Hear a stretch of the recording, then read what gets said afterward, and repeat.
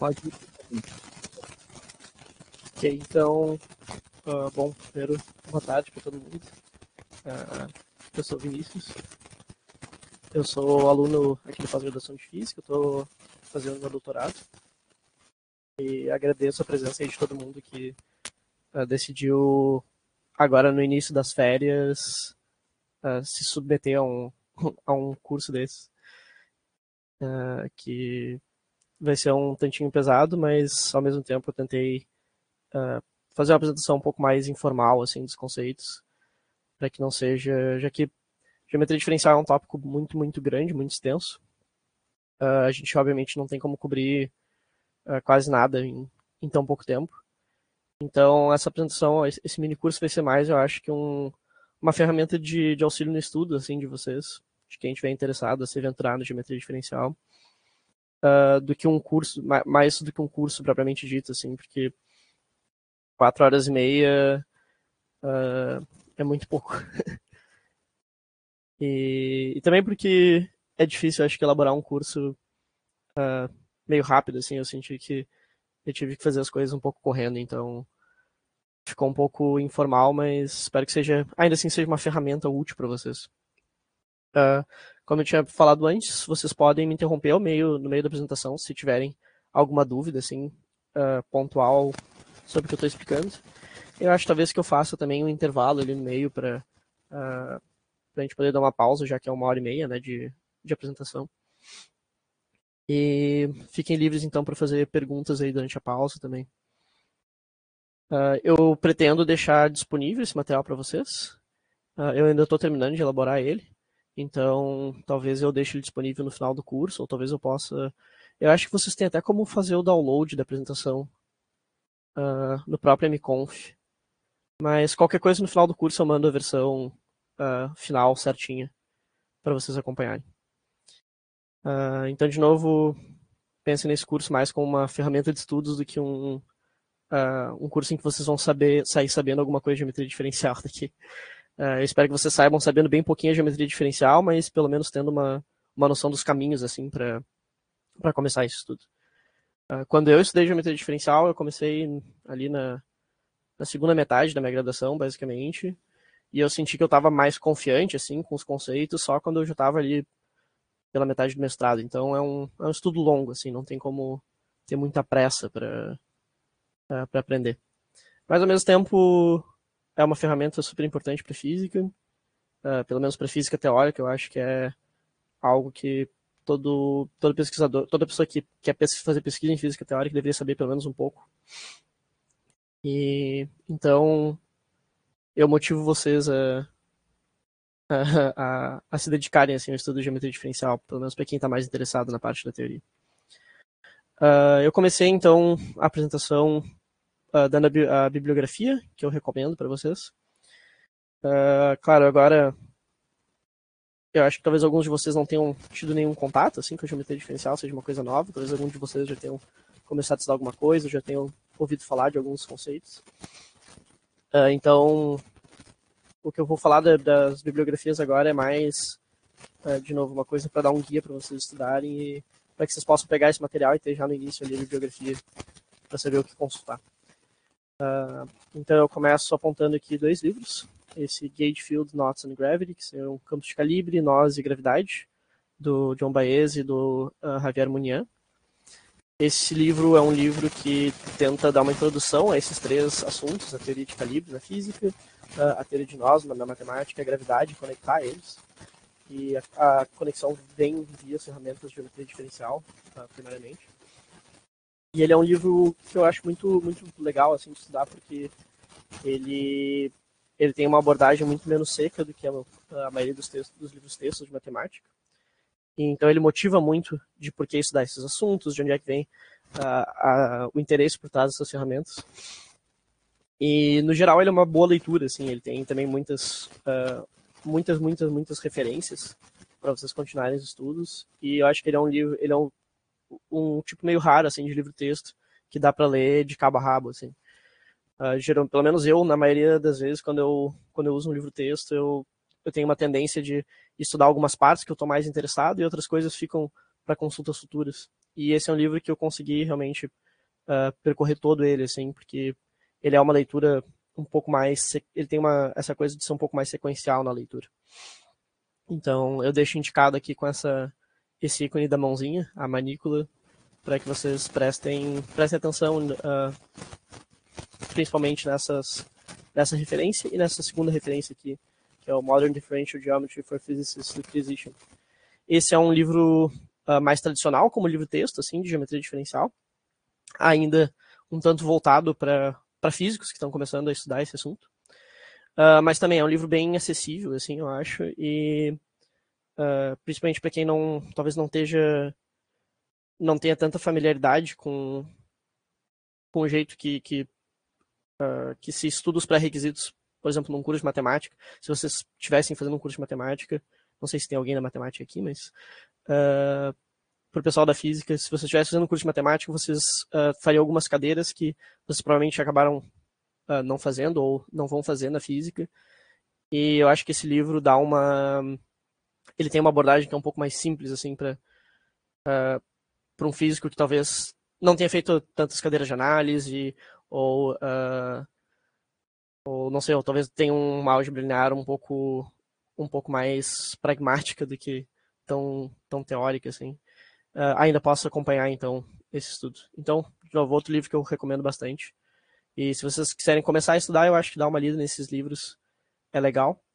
E todos os outros livros que eu vou passar aqui são de assuntos específicos, ou então livros que eu recomendo para ficar mais de consulta, assim, ao longo dos estudos de vocês. Esse livro de formas diferenciais, aqui do Flanders, é o livro, talvez, de formas diferenciais, assim, para quem está começando a estudar. Então, quando vocês encontrarem esse assunto, eu recomendo dar uma olhadinha no livro, porque ele tem um tratamento bastante intuitivo e é uma referência super boa, e ele é curtinho também. Para quem quer estudar geometria diferencial de curvas de superfícies, aqui ao longo do curso eu vou falar principalmente da geometria diferencial de um ponto de vista um pouco mais abstrato, assim, que eu vou falar de variedades em dimensões arbitrárias e coisas assim, mas existe também uma geometria diferencial que tem uma coisa um pouco mais concreta no estudo das curvas de superfícies. E para quem quiser dar uma olhada nisso, é um aquecimento legal também para geometria diferencial mais abstrata. Eu recomendo então esse livro do Manfredo do Carmo, que é acho que ele está à venda aqui no Brasil pela SBM. E para quem quer estudar cálculo em variedades, que é algo que a gente vai passar um tempinho falando, eu recomendo o livro do Michael Spivak. O livro de geometria riemanniana, meio padrão, assim, internacionalmente também, é o livro do Manfredo do Carmo, esse é editado pelo IMPA. Eu recomendo também que vocês deem uma olhada nas edições mais novas, porque elas têm alguns resultados a mais, elas vão sendo atualizadas e as atualizações às vezes são bem interessantes. A gente tem essa vantagem, então, no Brasil, de ter esses dois livros em português.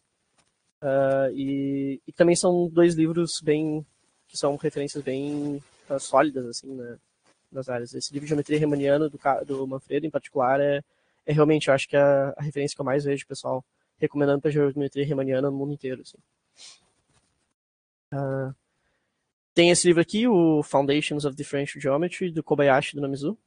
Esses são 2 volumes, e é uma referência super densa, assim, de geometria diferencial, então definitivamente não é um livro para pegar numa primeira leitura, mas é ali que se acha prova de muitos teoremas, assim, que outros livros vão provavelmente citar esse livro na hora de dar a prova, em vez de desenvolver uma prova própria. Então, eu recomendo que todos tenham isso como uma referência para consulta, assim, para geometria diferencial, e ele realmente faz, assim, tudo que tem de geometria diferencial mais elementar, assim, que não é tão específico de pesquisa, eu acho que vocês encontram nesse livro aqui. Então, essa é outra recomendação forte, assim, mas talvez não como início de estudo. Tem outro livro do Michael Spivak muito bom, o Comprehensive Introduction to Differential Geometry. Esses são 5 volumes, e são 5 volumes colossais, que tem basicamente tudo que vocês quiserem de informações sobre geometria diferencial ali. Ele não é necessariamente difícil de ler, mas o tamanho dele é meio perigoso, assim, alguém querer talvez começar a ler esse livro esses 5 livros, né? E tentar passar por tudo e isso seria um esforço, assim, de, sei lá, no mínimo uma década, talvez, para passar por tudo isso. Então eu deixo esse símbolozinho aqui na direita de que indica uma curva perigosa, aqui, uma coisa que tem que tomar cuidado, assim, ao tentar ler. Então, o livro é muito bom, mas não tentem ler ele sequencialmente, porque é grande demais, é só coisa demais. Eu deixo então aqui essas 4 referências como referências para a relação entre as ferramentas que eu vou falar brevemente aqui e basicamente aplicações físicas. Primeiro, esse livro do Nakahara, é um livro clássico de aplicações de geometria e topologia na física. Acho bastante interessante para quem quer trabalhar. Ele se não me engano, ele é um livro bem clássico para quem quer estudar teoria das cordas, assim. Acho que tem muita coisa que surge ali que o pessoal usa bastante na teoria das cordas, algumas ideias. Tem esse livro do Geckler e do Schuckler, que ele tem um tópico bem parecido com esse livro do John Baez aqui, ele fala de geometria, teoria de calibre e gravidade também. Eu acho ele um pouco mais difícil de ler do que o livro do Baez e do Mounier, mas ainda recomendo fortemente para quem quer se aprofundar um pouco mais nessas coisas. Eu espero que no final na última aula eu consiga falar um pouco sobre essas aplicações da geometria diferencial na física com um pouco mais de profundidade. Mas se não der, vocês têm então esses livros para checarem. Tem também, eu também deixei indicado o Geometry of Physics, do Frankl, do Theodor Frankl, que também é outro livro enorme, assim, que tem praticamente tudo que vocês podem imaginar de conexão entre geometria e física. Tem até tópicos de geometria diferencial em engenharia, que me surpreendeu um pouco quando eu dei uma olhada. Mas, de novo, tenham cuidado de não querer... Não tentem ler esse livro por inteiro, porque é um livro muito extenso, assim. Talvez tenham mais ele como uma referência de consulta, assim. E por último, eu deixei o livro de relatividade geral, do Robert Wald. Que ele é um livro de relatividade geral, ele não é um livro de geometria diferencial especificamente. Mas eu acho que dos livros clássicos, assim, no estudo da relatividade geral, ele é o que talvez tem a parte de geometria diferencial mais, não sei, mais ao meu gosto, pelo menos, mas eu acho que ele consegue fazer as coisas de maneira rigorosa, mas bastante didática também. Então, para quem quer estudar geometria diferencial e relatividade geral ao mesmo tempo, eu deixo essa recomendação aqui. Tá, então, agora que eu passei para essa parte aí de bibliografias, que talvez nem tenha não tenha feito muito sentido assim para vocês, a gente pode começar então a falar um pouco mais sobre o assunto em si.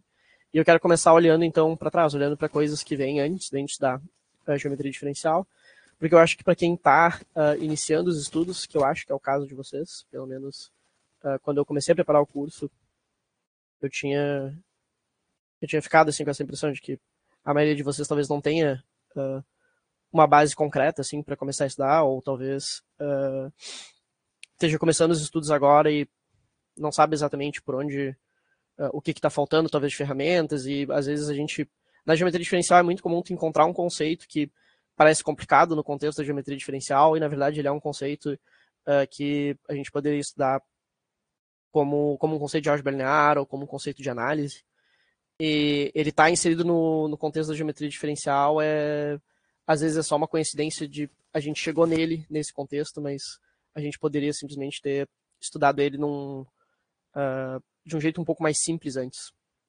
E às vezes, pelo jeito que os currículos são estruturados, pelo jeito que às vezes os livros textos apresentam os assuntos, às vezes a gente tem algumas coisas que ficam para trás.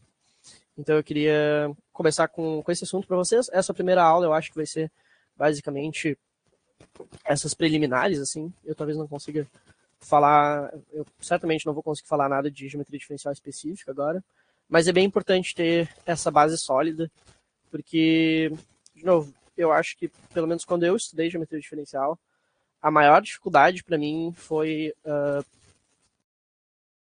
garantir que eu entendesse assim, esses conceitos básicos antes de tentar aplicar eles no estudo de variedades, por exemplo, porque muito do que a gente vai fazer na geometria diferencial é só aprender a transportar aquilo que a gente já sabe de um contexto de geometria euclidiana para o contexto da geometria diferencial. Então, saber trabalhar com eles nesse contexto mais simples, assim, de geometria euclidiana, eu acho que é extremamente importante, eu acho que facilita muito na hora de estudar. Eu acho que a maior dificuldade está realmente em ter a base sólida. E depois, quando tu aprende a fazer a tradução desse conceito para geometria diferencial, as coisas ficam muito mais simples. Então, eu vou tentar relembrar aqui para vocês um pouco sobre geometria euclidiana, para depois a gente falar sobre geometrias não euclidianas. E o que é a geometria euclidiana? Bom, inicialmente a gente tenta codificar a noção intuitiva de espaço que a gente tem como seres humanos numa estrutura matemática. E o jeito moderno de fazer isso é usar, então, esse conjunto do R3, que eu tenho certeza que é familiar para todo mundo aqui. E, em particular, a gente começa a construir as ferramentas que a gente pode usar em cima desse conjunto para fazer, então, a descrição de grandezas geométricas que sejam interessantes para a gente e também para ter acesso a outras ferramentas, para além de única e exclusivamente a geometria desse espaço. Então, a gente gosta de dar para esse espaço uma estrutura de espaço vetorial. A gente gosta também de ter uma noção de distância para fazer geometria, é bastante útil, bastante importante. A gente tem algumas noções que estão relacionadas a essa noção de distância, mas que tem meio que uma outra ideia assim por trás. Então, a noção de conjuntos abertos, conjuntos fechados, tem um tanto a ver assim com noções de proximidade e coisas desse tipo. São úteis depois para quando a gente vai estudar cálculo, na verdade, quando a gente vai fazer análise, né? A gente, então, gosta de também fazer cálculo nesse espaço, entender as funções que, bom, no contexto da álgebra linear a gente entende funções lineares, no contexto do cálculo a gente tenta entender, então, funções que não são lineares. A gente gosta de fazer também cálculo multivariado e trabalhar com funções multivariadas no geral. E é interessante também estudar assimetrias desse espaço, e principalmente para física, assimetrias tendem a ter um papel importante assim, na dinâmica das nossas teorias. Né? Então, para cada uma dessas noções assim, de ferramentas que a gente tem para trabalhar com a geometria desses espaços, a gente tem uma área correspondente da matemática que é legal saber um pouco. Então, vocês certamente estão familiarizados com a álgebra linear, mas eu acho que é uma área que geralmente falta um estudo mais aprofundado. Então é bem legal poder dar uma revisada nesses assuntos. Na hora de estudar as propriedades de ter uma função de distância no espaço, a gente então se volta para a teoria de espaços métricos. Se a gente quer uma noção um pouco mais geral do que a teoria de espaços métricos às vezes nos permite, a gente pode então se aproveitar da topologia. Quando a gente quer fazer cálculo de maneira rigorosa, a gente estuda análise. Quando a gente quer trabalhar com funções multivariadas, é bem importante estudar álgebra multilinear, que eu acho que é um assunto que na física está presente em muitos lugares, mas muitas vezes a gente nunca pega um livro de álgebra multilinear para estudar, a gente não tem um estudo mais formal disso. E eu acho que aqui talvez é onde surge muito da dificuldade das confusões na hora de estudar geometria diferencial. E logo mais eu falo um pouco mais disso. E também para o estudo de simetrias é interessante a gente saber um pouquinho de álgebra abstrata. E uma dica que eu deixo para o futuro, assim, para quem quer fazer física teórica, é que a álgebra abstrata ela é bem legal para aprender ferramentas matemáticas mais avançadas no geral, assim. Então, sempre que vocês se depararem com alguma coisa de álgebra e ficarem com preguiça de estudar, eu tinha muito preguiça de estudar as coisas de álgebra quando elas apareciam na minha frente. Tentem vencer um pouco disso, porque vale a pena saber um pouquinho mais de álgebra do que a gente é, talvez, ensinado, assim. Eu acho que isso ajuda nos estudos mais pra frente. Então tá. Para não perder muito tempo, vamos então. Eu quero recapitular um pouco de como que a gente lida com geometria euclidiana. Quando Euclides propõe os axiomas então dele para trabalhar com geometria no período clássico da Grécia, ele fala de 3 conceitos que são conceitos primitivos. Então são coisas que a gente não precisa explicar para falar de geometria. São os conceitos de pontos, retas e planos. E claro, também no caso das retas a gente pode falar de segmentos, de planos a gente pode falar de figuras e coisas assim. Mas eu acho que é interessante entender que esses conceitos eles têm uma relação bem interessante com o jeito que a gente entende a álgebra linear. Se a gente olha então para o R3 como um espaço vetorial, um ponto pode ser visto como um subespaço de dimensão 0, uma reta pode ser vista como um subespaço de dimensão 1, e um plano pode ser visto como um subespaço de dimensão 2. Essa noção de subespaço é legal ter em mente, porque se a gente tenta entender geometria diferencial como botar um objeto da geometria diferencial dentro de um espaço estilo Rn, dentro de um espaço vetorial, esses conceitos de subespaços, assim, e depois o conceito de subvariedade, ele vai ser interessante para a gente conseguir acompanhar. Então eu quero que vocês pensem assim nesses objetos muito desse jeito, assim, de pensar como espaços dentro de outros espaços. E a coisa que é talvez mais marcante assim da geometria euclidiana é que todos esses espaços têm essas propriedades meio de linearidade, assim, que a gente vê na álgebra linear. Então, as retas elas são retas e não curvas, justamente por causa das propriedades de linearidade. Os planos também, eles não têm uma noção de curvatura, algo assim, por causa dessa linearidade. Então, a geometria euclidiana, classicamente falando, assim, desse estudo de pontos, retas e planos, ela é justamente um estudo de estruturas lineares, enquanto a geometria não euclidiana ela vai ter essa propriedade, então, de introduzir não linearidades. Meio do mesmo jeito que no cálculo a gente começa a tentar entender funções que não são lineares, enquanto as funções lineares a gente consegue delegar para a álgebra linear. E tá, o que a geometria euclidiana não... com que a geometria não euclidiana lida? Ela lida com qualquer espaço que tenha essa noção meio heurística, assim, de uma curvatura ou que escape, então, desses elementos mais básicos da geometria euclidiana. Isso inclui curvas no plano ou no espaço, por exemplo, o círculo ou a hélice, que é uma curva mais tipicamente tridimensional. Inclui superfícies, tipo a esfera, paraboloide hiperbólico, e coisas um pouco mais estranhas, tipo a fita de Möbius, garrafa de Klein, etc. Que são esses tipos de objetos, então curvas e superfícies são bastante familiares para a gente, porque eles fazem sentido então nesse espaço tridimensional que é mais intuitivo para a gente. Mas a geometria diferencial também permite que a gente trabalhe com objetos de dimensões superiores, e o jeito que se estuda hoje em dia geometria diferencial é com essa intuição então de tentar sistematizar como trabalhar com esses espaços de dimensões superiores. Existe um período do estudo da geometria diferencial que fica muito preocupado com estudar curvas e superfícies, mas que era de uma época que as pessoas não cogitavam muito seriamente falar de geometria de dimensões superiores, assim, parecia um conceito meio arcano. E depois, principalmente com o trabalho do Riemann, assim, fica mais claro que trabalhar em dimensões superiores é uma coisa interessante e nos dá muitas informações até sobre geometria de dimensões menores, assim. Então eu deixo como exemplos de variedade de dimensões superiores as esferas de dimensão n, os grupos de Lie, que são coisas bastante importantes para a física e que tem uma relação bem importante com a álgebra. Grupos de Lie surgem direto no estudo de simetrias na física. Os espaços da cosmologia moderna, né, o chamado espaço de Friedmann, Lemaitre e Robertson Walker, que é super importante para o estudo de cosmologia.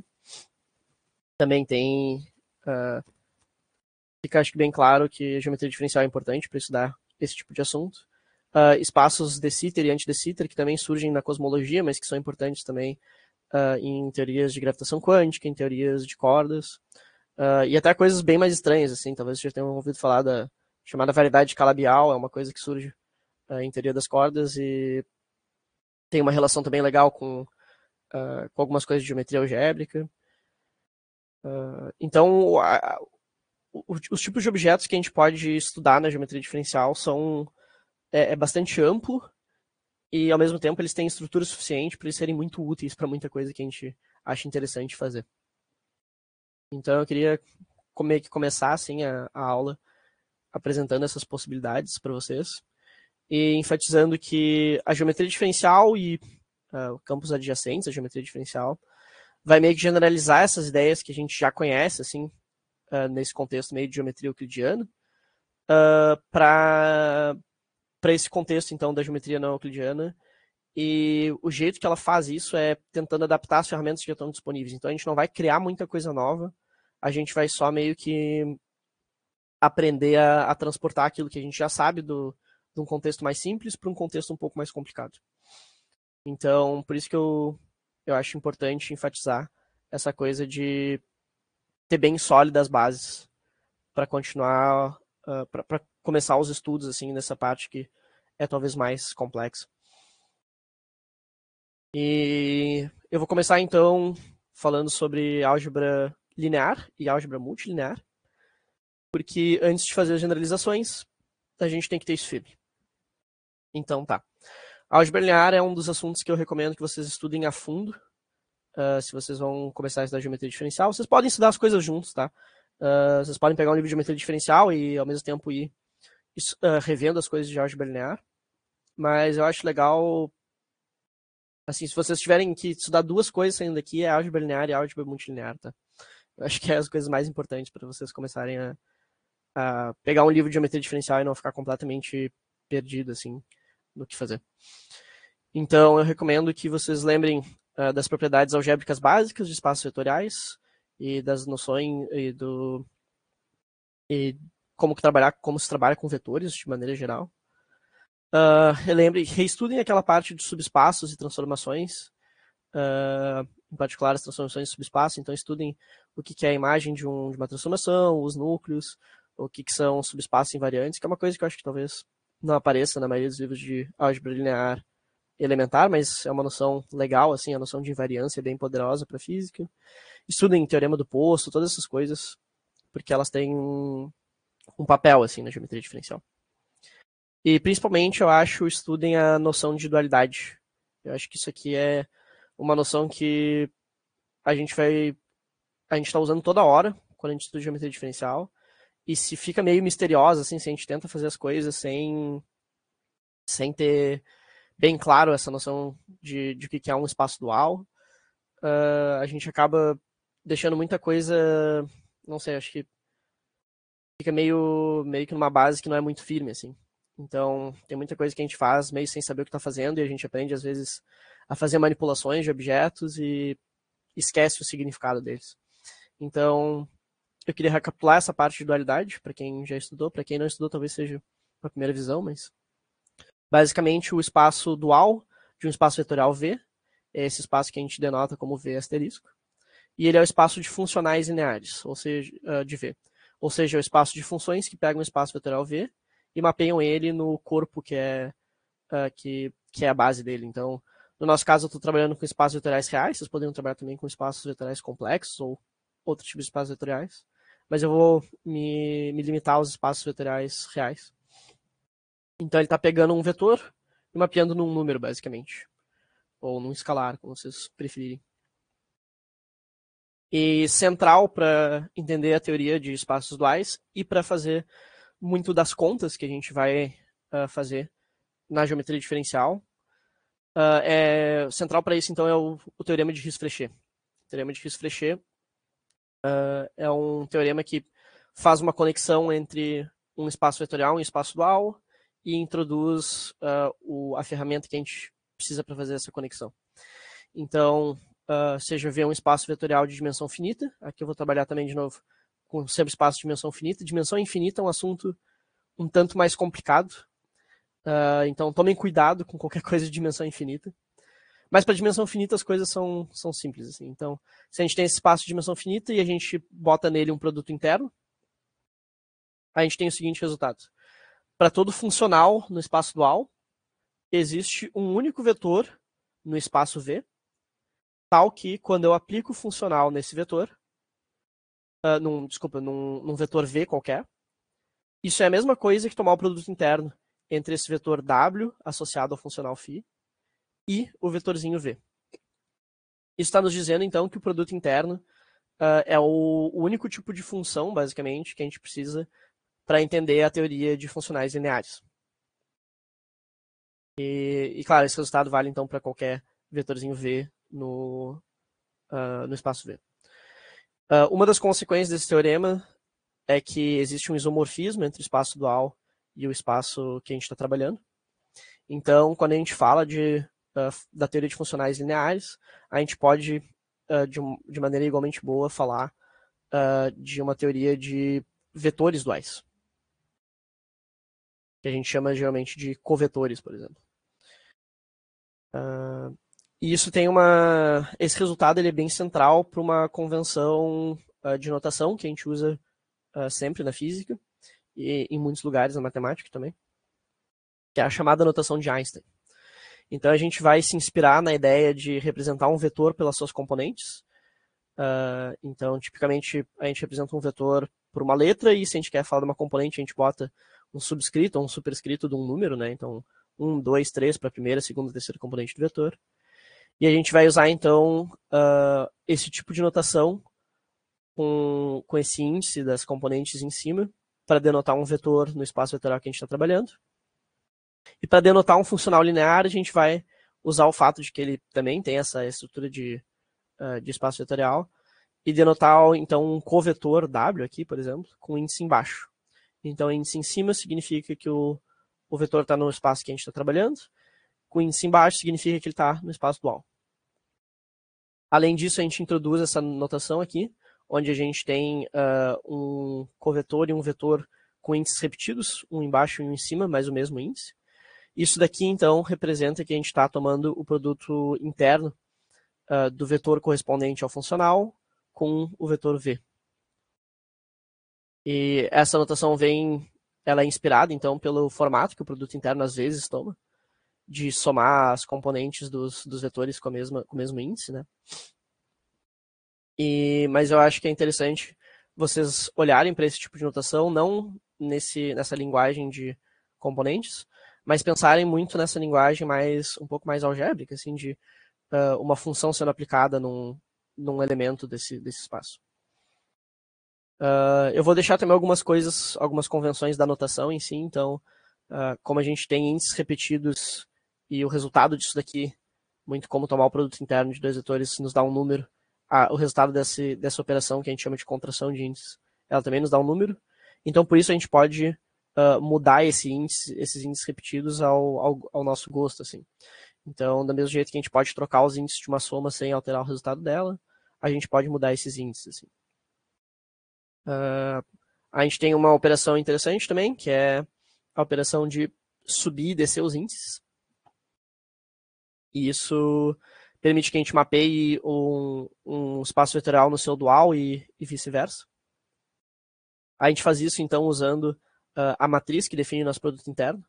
Lembrem-se que a gente pode ter uma matriz que não é a matriz de identidade para definir o produto interno. Então, essa notação do produto interno como uma soma de componentes, ela só é válida em alguns casos, mas esse objeto que eu estou definindo aqui, ele é bem mais geral. Ok, então a gente pode escrever o produto interno em termos de uma matriz bilinear aqui, uma forma bilinear G. Para quem está acostumado a trabalhar com relatividade geral, deve reconhecer isso como uma matriz métrica. E a gente então usa essa matriz associada ao produto interno para fazer como um mapa entre um espaço dual e o espaço V. Então, se eu tenho um vetor W aqui em V e eu quero achar um covetor correspondente, eu posso multiplicar ele pela matriz associada ao meu produto interno e obter, então, um covetor. Do mesmo jeito, se eu tenho índices em cima, eu posso passar esses índices para baixo, ou seja, eu posso mapear. O que a gente fez aqui foi pegar um índice que estava em cima e passar para baixo, e agora a gente quer poder pegar um índice que está embaixo e passar para cima. Então a gente quer mapear um covetor num vetor. Para isso a gente usa um resultado bem legal, que é que o espaço dual do espaço dual, ele é isomórfico ao espaço V, mas mais do que isso, ele é isomórfico de uma maneira bem direta, basicamente. Quando a gente quer um funcional linear de um funcional linear, a gente pode imaginar que ele é só o vetorzinho que a gente está aplicando o funcional linear originalmente. Talvez seja um pouco confuso explicar assim, eu posso explicar melhor depois se alguém tiver interesse. Mas, basicamente, o que esse resultado está nos dizendo é que a gente só pode subir ou descer índices. Não faz sentido subir duas vezes um índice ou descer duas vezes um índice. Isso não tem muito significado, assim. Então, como que a gente sobe um índice? Bom, a gente pega um vetor, um covetor, né? E a gente multiplica ele, então, pela matriz inversa desse cara aqui. Que define o produto interno. E nota, então, que os índices da matriz está nos dizendo justamente que tipo de mapa a gente está tendo. Então, se a matriz tem os dois índices embaixo, ela está pegando um vetor e mapeando num covetor. Se ela tem os dois índices em cima, ela está mapeando um covetor num vetor. Porque um dos índices em cima meio que cancela com o outro, sobra um índice, e isso nos dá, então, aqui um vetor, por exemplo. Tem algumas continhas que eu deixei aqui, que vocês podem olhar depois, para mostrar que essa nossa noção de subir e descer índices ela é compatível com a definição do produto interno. E também tem uma conta aqui que indica que se a gente baixa um índice e depois sobe ele, isso é a mesma coisa que não fazer nada. Então, isso prova que essas duas matrizes, AG com índices em cima e AG com índices embaixo, elas têm que ser inversas uma da outra. Então, eu recomendo que vocês estudem bastante essa parte de álgebra linear antes de estudar geometria diferencial mais a fundo, e particularmente essa parte de dualidade. Esse materialzinho aqui é um pequeno exemplo assim, de coisas que a gente tem que dominar, porque depois, quando a gente começar a fazer cálculo com essa notação de índice na geometria diferencial, se a gente não sabe o que a gente está fazendo, é muito fácil de se perder, e eu sinto que o tratamento tradicional na física é falar da notação de índices só como uma ferramenta de conta, de fazer contas, e na verdade ela tem muita informação sobre a estrutura algébrica de espaços vetoriais nela. Então toda essa noção de índices em cima e índices embaixo está indicando se a gente está num espaço vetorial ou se a gente está no dual dele. Isso é super importante assim, quando a gente está tentando ser um pouco mais rigoroso no nosso tratamento dos objetos que vão aparecer na geometria diferencial. Que objetos são esses que eu estou falando? Então, eles são tensores. E o estudo de tensores, de uma maneira mais rigorosa, assim, é o estudo, basicamente, da álgebra linear, da álgebra multilinear, desculpa. E esse é outro assunto que eu deixo indicado aqui, que vocês estudem com carinho, estudem a fundo. E a ideia da álgebra multilinear, então, é simplificar o tratamento de funções lineares que tenham múltiplas variáveis. Então, a gente vai ter uma função com múltiplas variáveis que é linear em cada uma delas. E, em vez de ter que trabalhar com esses objetos que são relativamente complicados, de funções com múltiplas variáveis, a gente vai achar uma maneira inteligente de mapear esse estudo naquilo que a gente já sabe, que é o estudo das funções lineares de uma variável só. E o objeto que a gente usa para fazer esse mapeamento é o chamado produto tensorial. Tem toda uma teoria algébrica por trás do produto tensorial, que eu não vou entrar aqui em detalhes, mas é interessante entender que existe uma ferramenta, que é o produto tensorial, que permite que a gente faça esse triângulo de mapas aqui. Então, a gente está interessado em pegar, por exemplo, dois espaços vetoriais e mapear eles, ou achar uma função, então, num terceiro espaço vetorial. Isso aqui vai ser uma função de duas variáveis. Como eu estou trabalhando com espaços vetoriais, eu quero respeitar essa estrutura, então eu vou pedir que a função seja linear nas duas variáveis, né? Mas eu não quero ter que fazer toda uma teoria nova de funções lineares de múltiplas variáveis. Então eu crio uma nova estrutura algébrica, que também é um espaço vetorial, que é chamado de produto tensorial de U e V. E agora, em vez de pegar funções de duas variáveis para chegar nesse espaço W, eu posso pegar uma função que tem uma variável só, que pega um objeto, então, desse produto tensorial, desse espaço, que é um produto tensorial, e mapeia ele linearmente no W, de maneira que isso preserva a estrutura das funções. Então, eu pego dois vetores, um que está em U e um que está em V, eu mapeio eles em um único vetor, chamado produto tensorial de U e V, está nesse espaço aqui, e eu aplico uma função linear nesse produto tensorial de dois vetores, para ganhar um outro vetor em W. E isso é a mesma coisa, o resultado final desse processo vai ser a mesma coisa que aplicar a nossa função de duas variáveis originais. Esse tipo de diagrama aqui é o que a gente chama de um diagrama comutativo, porque andar pelas setas nessa direção aqui, primeiro nessa seta dessa função B, que mapeia o produto cartesiano V em um produto tensorial V, e depois aplicando essa função f barra aqui, eu chego no mesmo lugar, eu chego no mesmo resultado que se eu tivesse só percorrido o caminho de aplicar essa função f aqui. Eu sei que talvez isso seja um pouco abstrato de falar para vocês agora, e eu espero que fique um pouco menos no que eu vou falar em seguida, mas é importante entender a álgebra multilinear desse jeito, assim, substituir o estudo de uma coisa meio complicada, que a gente talvez não sabe imediatamente lidar com ela, por uma coisa que a gente já sabe lidar, só que a gente tem que fazer meio que um truquezinho, assim, né? A gente tem que achar uma coisa inteligente que permite mapear esses dois estudos. E isso é um dos exemplos do tipo de processo que a gente vê no estudo da geometria diferencial, de pegar coisas que a gente já sabe lidar e transportá-las para um lugar um pouco mais complicado. Então, quando eu quero escrever produtos tensoriais na notação de índices, o que eu vou fazer é, por exemplo, se eu pego o produto tensorial de um vetor U, um vetor W e um vetor V, sendo que o vetor Uzinho está no espaço U, o vetor W está no espaço V dual e o V está no do V. Se eu quero escrever esse produto tensorial na notação de índices, eu uso, então, essa notação onde eu boto os símbolos um do lado do outro, com os seus índices respectivos nos lugares. Isso nos dá, então, um objeto que a gente pode olhar como um objeto que tem 3 índices aqui. E como a gente está trabalhando, então, com espaços que envolvem esse produto tensorial, a gente chama esse tipo de objeto de tensor. Talvez vocês já tenham se deparado com a pergunta de o que é um tensor. E tem vários jeitos de responder isso. Algumas pessoas dizem, é como uma matriz que pode ter mais dimensões do que só 2. Algumas pessoas vão falar que um tensor é um objeto que se transforma como um tensor, que parece uma definição circular, e meio que eu acho que é meio frustrante quando às vezes a gente vai estudar a geometria diferencial de um jeito menos moderno e se depara com esse tipo de definição, assim. Mas fundamentalmente um tensor é basicamente um objeto multilinear, ele é linear em várias variáveis. Acho que essa é a visão talvez mais simples que a gente pode ter de tensor, e que também desacopla ela dessa ideia de que para falar de tensor a gente tem que falar de geometria diferencial. Isso não é necessariamente verdade. A gente pode falar de tensores no contexto da álgebra linear, por exemplo. E, de novo, eu chamo a atenção então para que essa notação de índice nos dá bastante informação sobre os tensores. Por exemplo, uma matriz típica, que pega um vetor e mapeia ela em outro vetor, ela vai ser um tensor com um índice em cima e um índice embaixo, porque ela tem uma parte que está no espaço vetorial que a gente está trabalhando e uma parte que está no seu dual. O que isso significa? Isso significa que essa matriz ela meio que come um vetor e nos retorna outro vetor, né? É isso que o mapa linear está fazendo.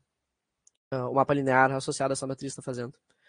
Então vocês podem imaginar que contrair o índice da matriz, fazer a multiplicação de matrizes pelo vetor, é meio que o jeito que a matriz tem de comer esse vetor e nos retornar o que sobra. O que sobra? Bom, sobra um objeto com um índice em cima.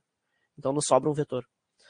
Então é interessante pensar nos tensores assim como tendo partes deles que estão num espaço vetorial ou que estão num espaço dual. E saber identificar isso com uma certa destreza assim, é meio que o segredo por trás de saber fazer, saber utilizar então essa notação de índices. Eu acho que eu pulei aqui antes. Quando a gente está trabalhando com diferentes espaços vetoriais, é meio de praxe a gente usar tipos de índices diferentes. Então, por exemplo, aqui eu usei um índice de letras latinas maiúsculas para o espaço U e minúsculas para o espaço V.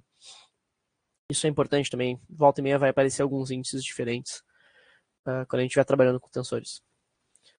E, bom, para dar então um exemplo de um tensor de ordem maior do que só uma matriz, né, que é um tensor de ordem 2, que a gente está meio acostumado, a gente pode falar desse tensor aqui, por exemplo, que tem 2 índices embaixo e um em cima. Como ele tem 2 índices embaixo, ele tem 2 partes que estão no espaço dual, e o índice em cima significa que ele tem uma parte que está no espaço V. Então a gente pode pensar nele de vários jeitos. A gente pode pensar nele como, por exemplo, um mapa que pega 2 vetores e nos dá um terceiro vetor.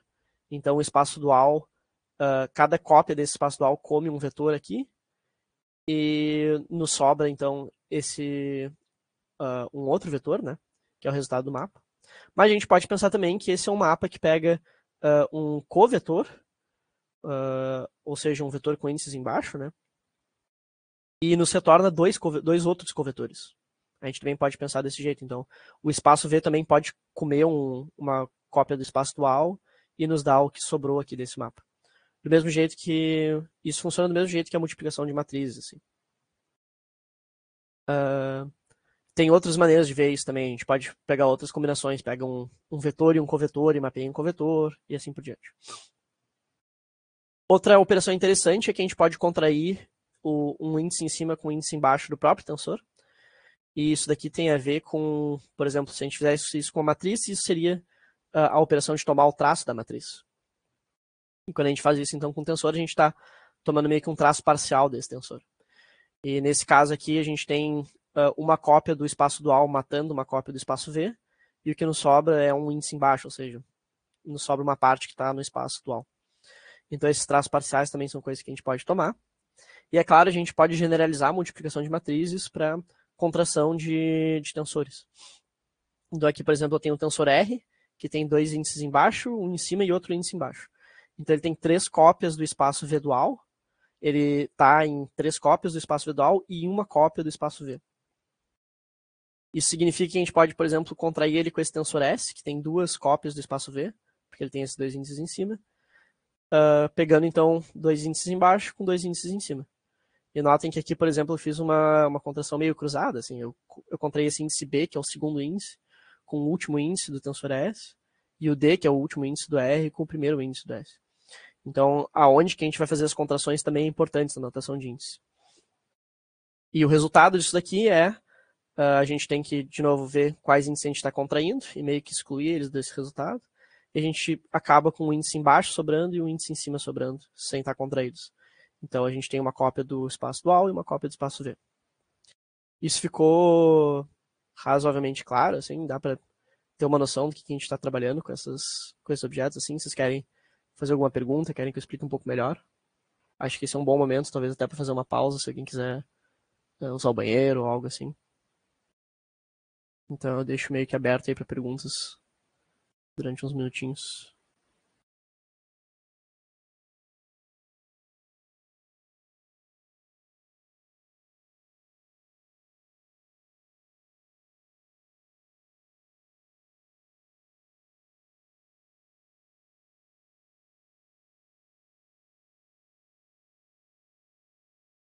Me avisem também se o ritmo está muito rápido.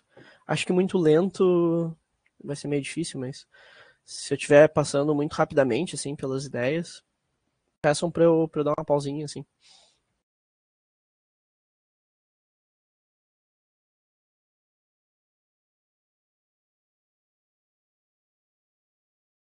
Essa primeira aula, então, é uma aula, acho que um pouco mais lenta, assim.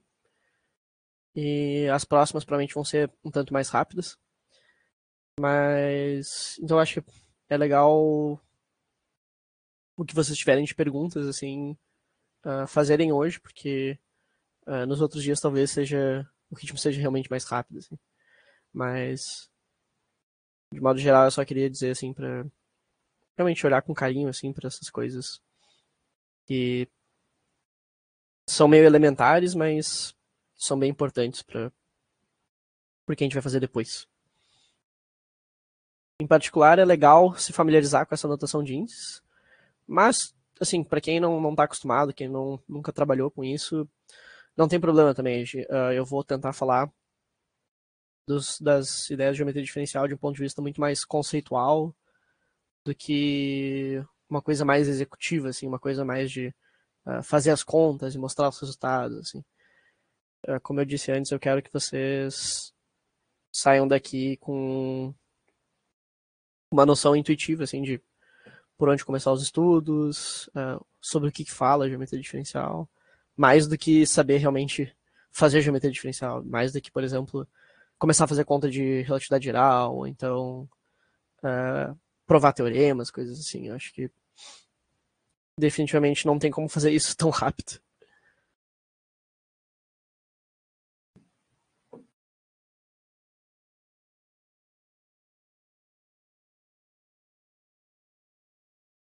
Alguém que está assistindo, escreve aí no chat se já começou a estudar alguma coisa de geometria diferencial, se já tem alguma familiaridade, só para eu saber se o pessoal está realmente vendo isso pela primeira vez ou se já tem gente que tem alguma familiaridade, assim, talvez tenha feito uma cadeira de relatividade, que viu alguma coisa disso, ou talvez esteja trabalhando com uma pesquisa nessa área, assim.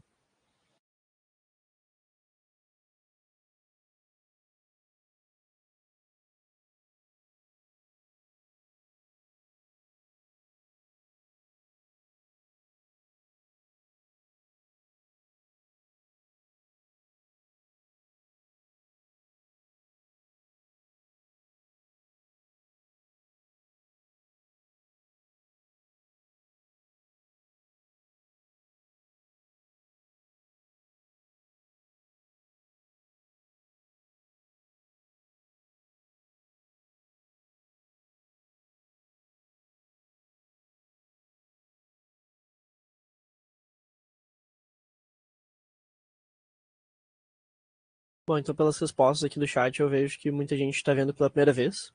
Então, eu acho que na segunda aula, que a gente vai falar mais propriamente de geometria diferencial, começar a falar disso, eu vou tentar enfatizar bastante os conceitos básicos, assim, explicar bastante isso.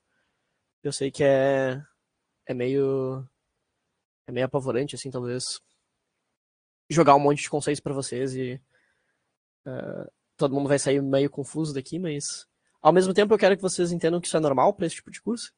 Mini cursos, assim, muito curtos, é normal a gente sair sabendo meio que nada, mas depois a gente percebe que a gente ouviu falar de algumas coisas e sabe uns lugares para estudar e que isso facilita bastante o estudo. Mas eu vou tentar então ser bem introdutório, assim, para que vocês possam sair daqui pelo menos, sei lá, 90% confusos e não 100% confusos.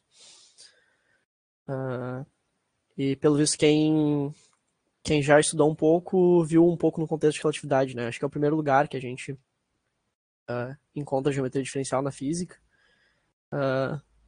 Mas, de novo, se tudo der certo, na última aula eu vou mostrar alguns outros lugares no qual a geometria diferencial surge como uma ferramenta importante, uma ferramenta interessante. E eu já adianto assim, que tem aplicações à mecânica clássica, tem algumas coisas de teorias de campos que são um pouco que são tem uma conexão assim com geometria diferencial, mas principalmente no estudo de teorias de calibre, o estudo das interações do modelo padrão. A geometria diferencial é bastante interessante, assim, inclusive é meio trágico que é muito comum a gente estudar essas coisas sem saber geometria diferencial e depois quando a gente aprende geometria diferencial a gente vê que meio que todas as ideias já estavam meio que ali presentes na geometria diferencial. E claro, né, no estudo da gravitação a geometria diferencial é extremamente importante, assim. Amanhã eu vou dar uma palestra sobre gravitação quântica e ali eu não vou falar muito de geometria diferencial, mas também para quem está interessado nesse tipo de coisa, eu acho que é talvez um assunto que vale muito a pena assim, estudar. Tá, eu acho que eu dei uns 5 minutinhos, né? A gente pode então continuar com a apresentação, propriamente dito. Então,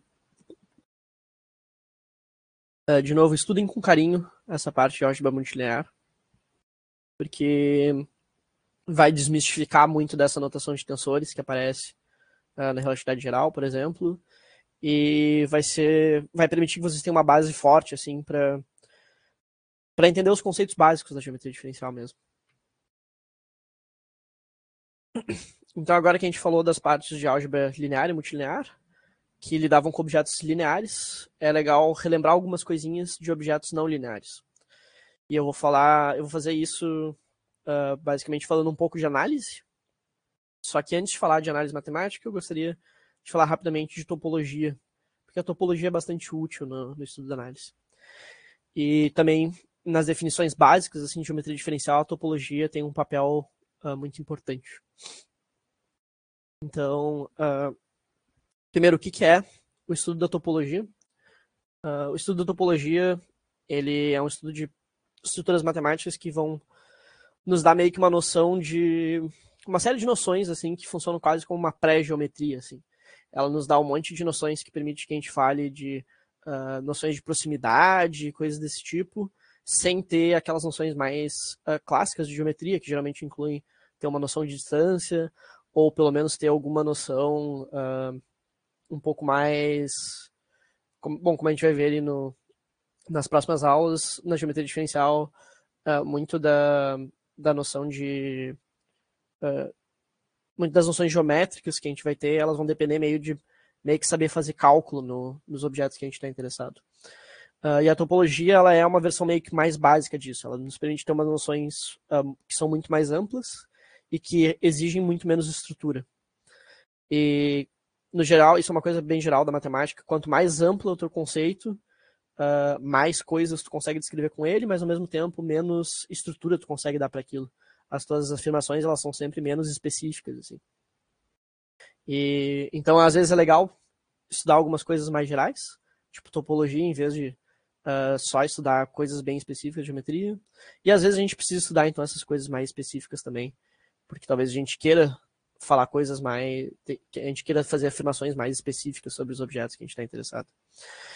Então, a topologia vai dar essa noção meio de pré-geometria e ela vai codificar a ideia de proximidade entre dois pontos, por exemplo, na ausência de uma noção de distância. Isso é um jeito bem heurístico, assim, bem intuitivo de pensar sobre a topologia. De um jeito mais técnico, assim, falando em termos mais técnicos, ter uma estrutura topológica num conjunto significa basicamente dar uma definição de que é um subconjunto aberto.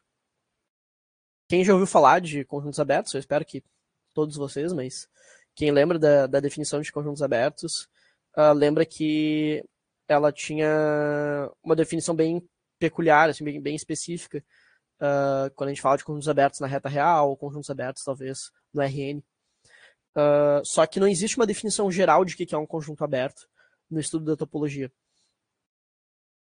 Em cada espaço topológico que a gente vai trabalhar, a gente vai ter uma definição de que é um subconjunto aberto. E às vezes essa definição vai parecer meio arbitrária, vai ser meio. A gente diz que esses subconjuntos são abertos e os outros não. Mas é isso que dá meio que esse poder assim, de generalidade da topologia. Então, ter uma estrutura topológica, essencialmente, é ter uma definição de que é um subconjunto aberto. E os subconjuntos abertos, então, eles são meio esses objetos que nos dão a noção de proximidade, assim. Então, se tu tem dois pontos que estão contidos no mesmo subconjunto aberto, eles estão te dizendo que de algum jeito eles estão próximos. E às vezes dá para falar de que seriam dois pontos estarem mais próximos que o outro par de pontos ou algo assim. Mas só essa noção de subconjuntos abertos já é o suficiente para a gente construir outras noções que fazem esse trabalho meio de ser uma pré-geometria, assim. Essas outras noções são noções de a fronteira de um espaço, as noções de continuidade, principalmente as noções de função contínua, que é uma noção bastante importante para geometria, a noção de compacidade de conjuntos, que é bem útil para análise, a noção de convergência, por exemplo, de sequências, também extremamente útil para análise. Eu não vou entrar mais a fundo na topologia, porque é um assunto bastante abstrato, assim. E se vocês querem um lugar um pouco menos abstrato para começar a estudar topologia, eu recomendo que vocês estudem, então, a teoria de espaços métricos, a topologia dos espaços métricos, porque espaços métricos, ou seja, espaços que têm uma noção de distância, eles são mais concretos, assim, do que espaços topológicos no geral, às vezes são muito abstratos. E eles são super intuitivos, assim, pra gente. A gente está acostumado a trabalhar com espaços métricos. Quando a gente fala do conjunto RN, a gente geralmente está presumindo que a gente tem aquela métrica euclidiana para trabalhar nele. Então, para iniciar os estudos, eu recomendo que vocês deem uma olhadinha em topologia de espaços métricos. Pode ser topologia do RN, tá? Topologia do RN é super útil para estudar análise, é muito bom para saber fazer cálculo direitinho. E isso já é o suficiente para ter muitas das noções básicas assim de topologia. Então vocês não precisam ir tão a fundo assim na topologia mais abstrata. Então estudem aí a topologia do RN com a métrica euclidiana. A métrica euclidiana é a métrica do teorema de Pitágoras, né? Ela está associada à norma da estrutura de espaço vetorial da RN e está associada também ao produto interno convencional, né? E eu vou dar um exemplo aqui de que é justamente essa definição de subconjuntos abertos no contexto da RN. Nessa topologia, a gente escolhe os conjuntos abertos, como as bolas abertas, né? Que são esses conjuntos de pontos y, que estão a uma distância fixa de um certo ponto x. Então, a bola centrada no ponto x com raio r é o conjunto de pontos y, que está a uma distância menor do que r do ponto x. É a noção intuitiva do que é uma bola, basicamente. E como a gente botou menor e não menor igual, a gente pode então interpretar ela como uma bola aberta. Tem alguns tipos de subconjuntos que não vão ter as propriedades que a gente quer para subconjuntos abertos. Então essa definição ela tem uns certos requisitos, assim. Mas no caso aqui das bolas abertas, ela funciona como definição de que é um conjunto aberto na RN. E com esse estudo de topologia, vocês já podem fazer análise na RN, que é basicamente o que vocês precisam agora de análise para estudar geometria diferencial. Então, tem uma olhadinha nisso. Eu acho que eu me esqueci de botar na bibliografia o livro do Elon de espaços métricos. Desculpa, eu vou voltar rapidamente ali para a bibliografia. Eu acho que... nessa versão aqui eu não botei. Tem mais um livro de topologia de espaços métricos que é legal vocês darem uma olhada, assim. É o livro do Elon Lages Lima, lá do IMPA. Então, se vocês quiserem começar a estudar espaços métricos, vocês podem começar por aquele livro. Outras indicações bibliográficas também, se alguém estiver precisando, assim, vocês podem entrar em contato comigo. Eu posso deixar meu e-mail depois para vocês. E eu posso também tentar ajudar vocês nessa aventura aí de estudar geometria diferencial. Ok, então, feito o papo sobre topologia, eu queria falar um pouco sobre análise. E a ideia da análise matemática é ter uma teoria de aproximações lineares e de estimativas de erros. Então, a gente vai utilizar essa teoria para lidar com objetos não lineares, funções não lineares, principalmente. E a gente quer achar uma maneira de fazer aproximações lineares e de estimar ainda o quão boas são essas aproximações lineares. Central para o estudo da análise é a noção de convergência e limites. Em curso de cálculo, a gente sempre começa falando de limites, né? Às vezes, em cursos melhorzinhos, a gente fala de limites de sequências, né? De convergência de sequências, além dos limites das funções. E esse estudo, ele se utiliza bastante das ferramentas da topologia. E como ele é a base para o cálculo diferencial e depois para o cálculo integral, é legal a gente saber... a gente ter um certo domínio, assim, dessa parte, para estudar a análise mais a fundo, assim. A grande diferença entre o que a gente chama de cálculo e o que a gente chama de análise é basicamente o quão bem formalizado aquilo ali tá. Então, a análise é meio que a versão meio que rigorosa, assim, do cálculo. E é legal saber um pouco de análise para estudar as coisas de geometria diferencial. Eu recomendo. Então na análise a gente tem essas noções meio iniciais de convergência e limites que a gente usa para definir as ferramentas de cálculo diferencial. E eu quero que vocês pensem, na hora de estudar a geometria diferencial, no cálculo diferencial como uma teoria de aproximações lineares. Então, tomar derivadas para além de todas aquelas coisas que a gente sabe que elas são, para além daquelas definições básicas, das regrinhas, tomar uma derivada é achar uma aproximação linear da função que a gente está trabalhando. Eu acho que esse é o jeito... essa eu acho que é meio que a intuição que é legal se ter de que é cálculo diferencial, se vocês querem estudar essa parte mais de geometria. Assim. Outra coisa que eu acho legal enfatizar é que o cálculo diferencial está preocupado com o comportamento local das funções que a gente está trabalhando. Então, sempre que a gente fala de cálculo diferencial, a gente vai tender a falar de o comportamento da função no ponto e nos seus arredores imediatos. Isso está em contraste, por exemplo, com o processo de integração, o cálculo integral, que pega uma função e te diz uma informação mais global sobre ela, uma informação sobre uma informação que ela não está localizada, ela está num espaço mais extenso, assim. Então é o que a gente chama de comportamento global das funções. Em particular, a gente às vezes consegue integrar sobre um espaço inteiro, né? Então a integração tem esse contraste assim com a diferenciação de que uma delas está te falando coisas locais e outras te falando coisas globais. Acho legal ter essa intuição também. Quando eu for falar de cálculo diferencial e integração na geometria diferencial, eu vou falar muito pouco sobre integração, porque eu acho que ela é muito complicada de fazer no RN, e daí quando a gente faz geometria diferencial, ela é basicamente só traduzir do RN para geometria diferencial. Enquanto o cálculo diferencial é bem mais simples do que a integração no RN, pelo menos para mim, sei lá. Mas quando a gente faz geometria diferencial, o cálculo diferencial é meio que a base das definições que a gente usa. Então, saber fazer cálculo diferencial no RN não é tão complicado, mas a gente tem que dominar bem ele e a gente tem que saber fazer a tradução direitinho para geometria diferencial, porque é meio que os elementos de geometria diferencial estão no cálculo diferencial. Então, a parte de integração vai ficar faltando, mas ela não é muito complicada, tá? Na geometria. E por isso que eu vou dar ênfase aqui nos diferentes sentidos de o que é a diferenciação que a gente está acostumados. Então, a gente pode tomar derivadas de tipos de objetos diferentes, e cada um deles vai nos dar um sentido, assim, para por que é a derivada. E eu quero retomar, então, alguns conceitos que já são familiares para vocês, mas que acho que é importante a gente saber, a gente relembrar. Então, vamos pegar o exemplo de uma função que pega um ponto no Rn e mapeia num ponto dos reais. Então, a gente está pegando uma função que pega um objeto de n dimensões e mapeia num número, por exemplo. Qual é o tipo de derivada que a gente geralmente trabalha nesse contexto? É uma derivada direcional. A gente está olhando como que a função muda, qual é o comportamento da função numa certa direção nos arredores de um ponto. Então a gente está basicamente tomando a derivada da função com relação a um vetor.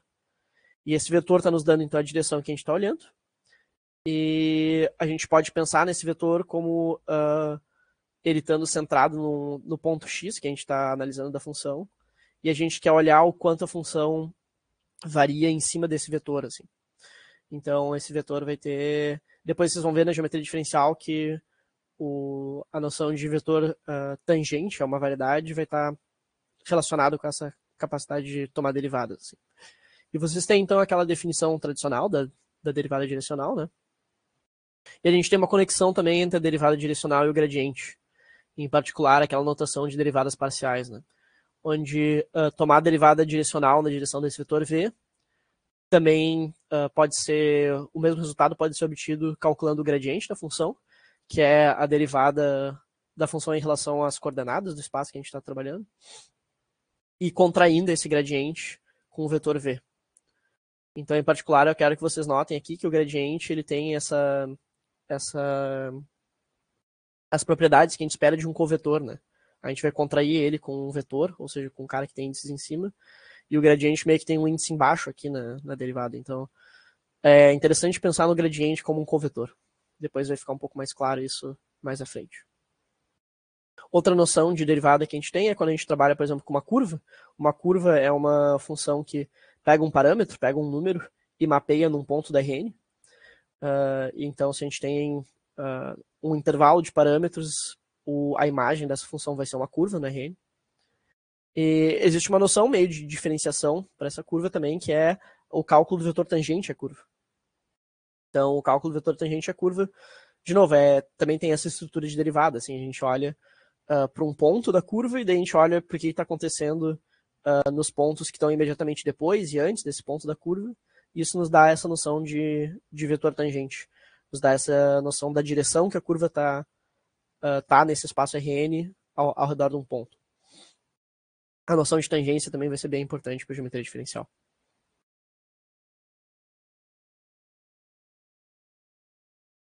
Para uma classe um pouco mais geral de mapas, um mapa que pega o Rn, mapeia no Rm, por exemplo, então mapeia dois espaços vetoriais de dimensões possivelmente distintas.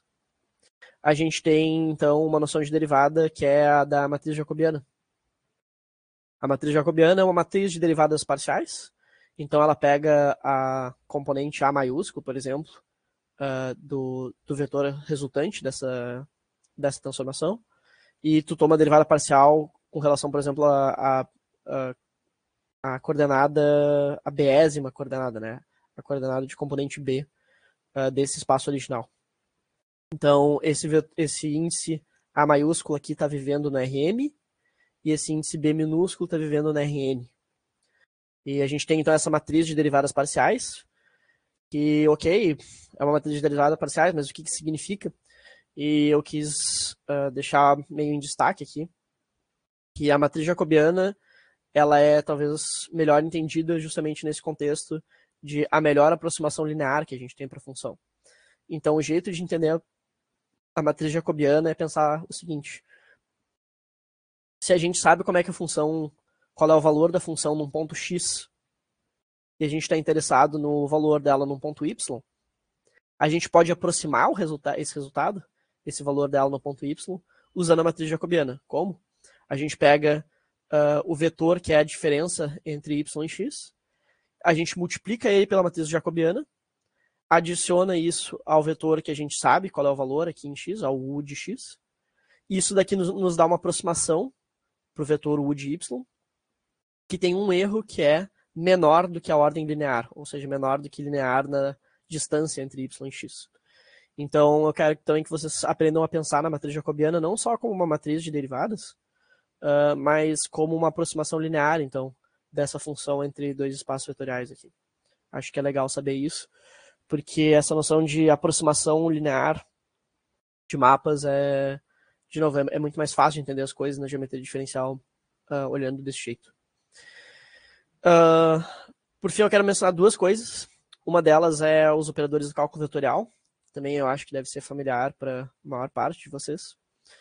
E a gente tem alguns operadores, por exemplo, o gradiente, que fazem bastante sentido. Eles são bastante, acho que intuitivos, assim. Aqui, notem que eu já estou denotando o gradiente como um covetor. Mas a gente tem alguns outros operadores que parecem um pouco mais, não sei. Para mim, pelo menos, quando eu estudei cálculo vetorial, parecia que eles vinham meio do nada, assim. Ok, eles tinham uma interpretação geométrica de qual era a informação que eles nos davam sobre campos vetoriais, mas por que eles eram escritos dessa maneira? De onde que vinham essas definições? Isso parecia sempre meio estranho para mim. Por exemplo, o rotacional é talvez o mais estranho, assim, que tem essa coisa de a gente meio que pega um operador diferencial e daí a gente toma um produto vetorial com o campo vetorial que a gente está interessado. E isso nos dá um resultado que é um vetor. Isso parece meio, não sei, meio confuso, assim, meio estranho. Na notação de índice também surge o clássico símbolo de Levitivit aqui, que também é um tipo de tensor, assim, que tem um comportamento meio misterioso, assim, meio estranho. E, sei lá, não parece tão óbvio porque que ele deveria aparecer aqui. O próprio divergente, que é um pouco mais, não sei, parece um pouco mais simples, assim, a definição do que rotacional, né?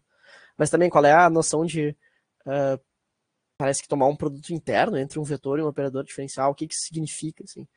E eu espero, na próxima aula, acho que nessa aula não vai dar para começar muito a falar disso, talvez um pouquinho, mas na próxima aula eu espero deixar um pouco mais claro o que são, de onde é que vem essas noções de cálculo vetorial, e talvez fazer uma coisa que eu não sei se vocês já pensaram, mas vocês sabem fazer cálculo vetorial, por exemplo, no R4, ou no R5, ou no RN?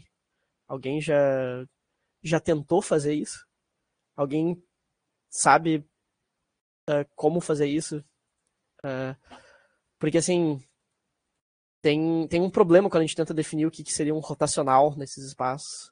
O divergente é um pouco mais simples de lidar, mas esse rotacional aqui, ele é muito bom para R3, mas para outras coisas não é tanto. Então, deixo vocês aí com a pergunta de como é que se faz cálculo vetorial fora do R3, fora de um espaço de 3 dimensões só. E pensem no quão importante isso é, por exemplo, para trabalhar com relatividade geral, onde a gente está sempre trabalhando com espaço de 4 dimensões, sabe? Vocês sabem fazer cálculo vetorial em 4 dimensões? E tudo bem se vocês não souberem, não tá no nosso currículo tradicional e eu espero dar uma palhinha, assim, de como que a gente faz isso de uma maneira mais sistemática. E a última noção que eu quero que vocês tenham de derivada é uma noção mais algébrica de que é uma derivada. Especificamente, tem um conceito que a gente chama de uma derivação, que é um mapa que pega um tipo de objeto, que a gente geralmente pensa como funções, mas pode ser qualquer outra coisa, praticamente. E ele tem as seguintes propriedades. Esse mapa D, ele é linear, então quando tu multiplica esse objeto por um escalar, esse objeto tem que estar num espaço vetorial, mas quando tu multiplica por um escalar, o escalar cai para fora do mapa. Esse mapa é linear, então o mapa aplicado na soma é a mesma coisa que aplicar o mapa e depois somar os resultados. E, crucialmente, essa última identidade aqui, que deve ser familiar para vocês, é a regra do produto, né? A regra de Leibniz, que diz que quando eu aplico o mapa no produto desses dois objetos aqui, que, de novo, vocês podem pensar como funções, mas podem ser outras coisas também. Quando eu aplico, então, esse mapa no produto, o que eu ganho é o produto do mapa aplicado no primeiro objeto, multiplicado pelo segundo, e a soma disso com o primeiro objeto multiplicado pelo mapa aplicado no segundo. Então, objetos que seguem essa regra do produto aqui, eles têm um comportamento algébrico basicamente igual das derivadas. E eles podem ser interessantes para a gente ter noções de o que é tomar uma derivada quando essas definições básicas assim da análise talvez não sejam óbvias de como fazer com o tipo de objeto que a gente está tratando. E elas são bastante importantes também nas definições assim da geometria diferencial. Então aprendam a pensar na derivada como um objeto que tem múltiplos sentidos, assim.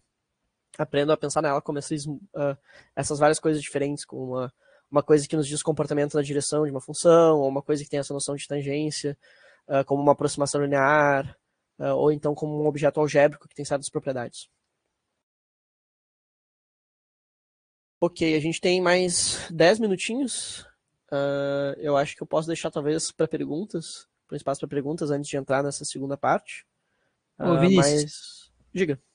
não vai ter nenhuma programação depois, então se quiser passar um pouquinho do horário não teria problema. Tá bem. Então eu acho que eu vou dar uma palhinha rapidinho. Depois na próxima aula eu retomo o que eu vou falar aqui. Uma palhinha da segunda parte, que seria a parte mais de elementos de geometria diferencial.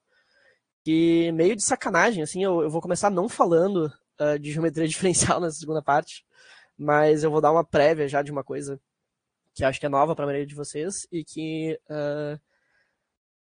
tem um papel importante assim na geometria diferencial. Então, eu vou falar na próxima aula de cálculo exterior e eu vou tentar meio que responder essa pergunta de como generalizar o cálculo vetorial para as outras dimensões que eu tinha feito antes. Então, eu quero que vocês fiquem pensando nisso. Eu não vou dar resposta agora, mas eu quero que vocês notem que o produto vetorial é um tipo de operação que só existe em dimensões 3 e 7. Tem toda uma razão algébrica por trás disso, mas eu garanto para vocês, se vocês tentarem fazer um produto vetorial em 4 dimensões, vocês não vão conseguir do jeito tradicional, assim.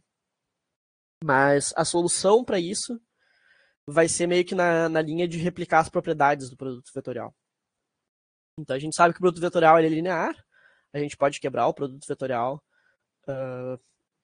usando essas combinações lineares de vetores, né? A gente pode quebrar ele nas combinações lineares dos produtos vetoriais. E a gente sabe que ele tem as propriedades também de alternância e antissimetria. A alternância significa que tomar o produto vetorial de um vetor com ele mesmo sempre nos dá zero. E a antissimetria nos diz que trocar a ordem dos vetores no produto vetorial troca o sinal dele, né? Troca a direção do resultado.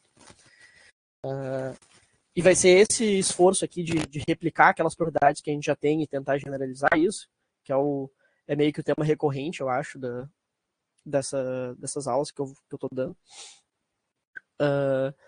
Vai ser assim que a gente vai conseguir generalizar o cálculo vetorial, mas eu não vou dizer qual é a operação que a gente usa para fazer isso. Eu quero, em vez disso, eu vou contar uma curiosidade para vocês de por que só existe produto vetorial em dimensão 13 e 7. Isso tem a ver com uma propriedade interessante de estruturas algébricas. E só existem 4 corpos em que a gente consegue, 4 tipos de corpos de dimensão finita em que a gente consegue fazer divisão de maneira genérica, assim. Eles são ou seja, a gente tem meio que 4 tipos de números, assim, que a gente consegue fazer divisão, que são os números racionais, os números reais, os números complexos e os números... desculpa, eu falei o número errado. São 5 tipos de números que a gente consegue fazer divisão. Tem os racionais, os reais, os complexos, os quaternions e os octonions.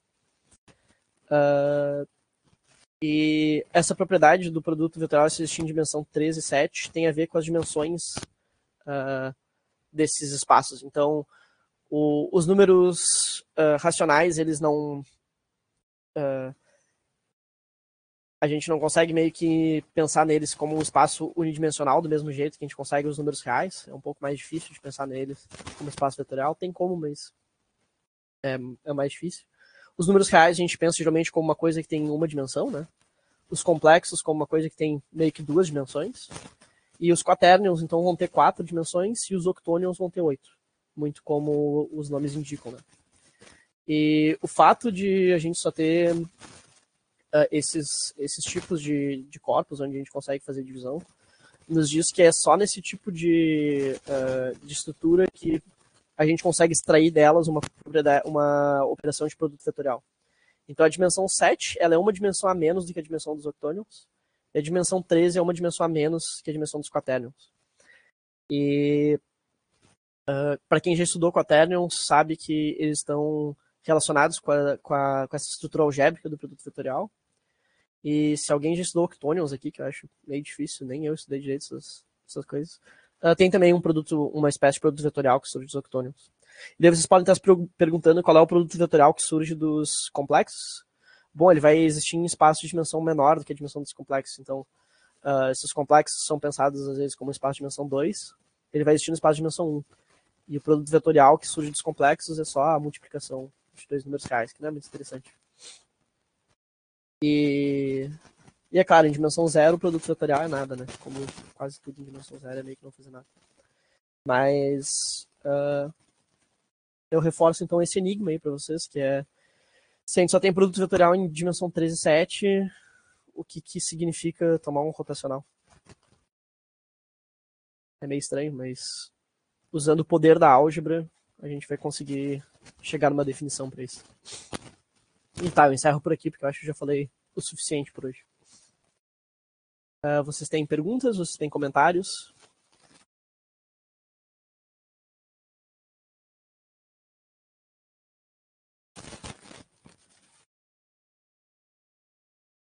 Vocês Ô, têm Vinícius, feedback? Oi, desculpa. eu teria uma dúvida, não sei se eu tenho que voltar alguns slides, que é naquela parte de produto sensorial. A gente pode voltar. Eu ia só dizer, se tiverem feedbacks também, se tiver muito chato as aulas, se tiver muito rápido, muito lento, me digam assim, se eu não estou explicando as coisas direito, me avisem para eu tentar melhorar com isso. Mas diga qual é a... O elemento ali M com dois índices seria uma matriz, certo? A gente pode pensar lá como uma matriz. Aí quando tu aplica naquele vetor B com o índice em cima, o vetor V com o índice B, né? Resultaria em outro vetor daí. Isso. Só que fica um pouco abstrato de pensar, por exemplo, o elemento T ali, que tem três índices, né? O que seria aplicar ele num vetor? Então, se tu aplica ele num vetor, primeiro tu nota duas coisas. Quando tu aplica a matriz num vetor, tu tem um índice embaixo que é contraído com o índice em cima, né? Certo. Então, tu tá meio que comendo o vetor e tu vai ganhar o que sobrar aqui dos outros índices, né? A primeira coisa de olhar, para olhar para esse tensor T, é que tem duas maneiras de aplicar ele num vetor, né? Tu pode contrair com o primeiro índice ou com o segundo índice. Então, qual contração tu está fazendo está te dizendo qual dessas cópias do espaço dual que tu está usando para meio que matar o vetor e te resultar as cópias que sobraram, né, no final. Então, o que tu tem garantido é que quando tu aplicar esse tensor no vetor, quando tu contrair um desses índices aqui de embaixo, uma dessas cópias do espaço dual vai meio que se cancelar com a cópia do espaço V. Quando eu falo cancelar, o que eu estou dizendo, na verdade, é que quando eu aplico um funcional linear no vetor, eu ganho um escalar, né? E multiplicar um vetor por um escalar não tira ele do espaço, né? Então, quando eu aplico um vetor dual num vetor, o que sobra nesse produto tensorial é um escalar produto tensorial com alguma outra coisa aqui. E escalar produto tensorial com alguma outra coisa não tem meio que essa estrutura extra de produto tensorial. O escalar só está multiplicando o que sobra aqui. Então, quando tu aplica esse tensor T num vetor, tu vai meio que matar uma dessas cópias do espaço dual e tu vai obter um objeto que é um produto tensorial de uma cópia de V dual e uma cópia de V. Então ele vai ser muito parecido com uma matriz, só que a ordem dos índices vai ser meio diferente dessa matriz que eu botei aqui. O primeiro índice vai estar embaixo e o segundo índice vai estar em cima. Então, talvez um jeito bom de pensar nesse objeto que é um resultado é tipo uma matriz que multiplica covetores em vez de multiplicar vetores. Então ela pega um covetor, mata o covetor e ganha, e o resultado final é um covetor também. Certo. É claro, tu também pode pensar nessa matriz tradicional com o primeiro índice em cima e o segundo embaixo, como uma matriz que multiplica covetores, mas aí tu está fazendo uma espécie de multiplicação pela esquerda do covetor, sabe? Lembra quando a gente falava de transpor o vetor para ele virar um vetor linha e a gente podia multiplicar o vetor linha à esquerda da matriz? Sim. Contrair esse primeiro índice com o corretor é meio que fazer esse processo de multiplicar o vetor linha à esquerda pela matriz. Entendi.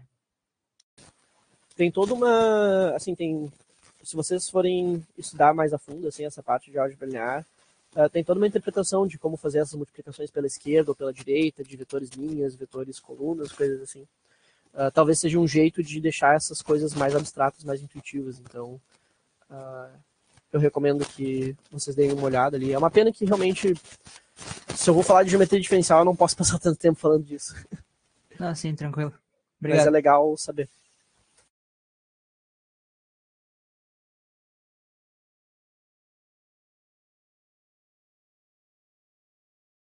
O Gabriel queria falar, você pode abrir o...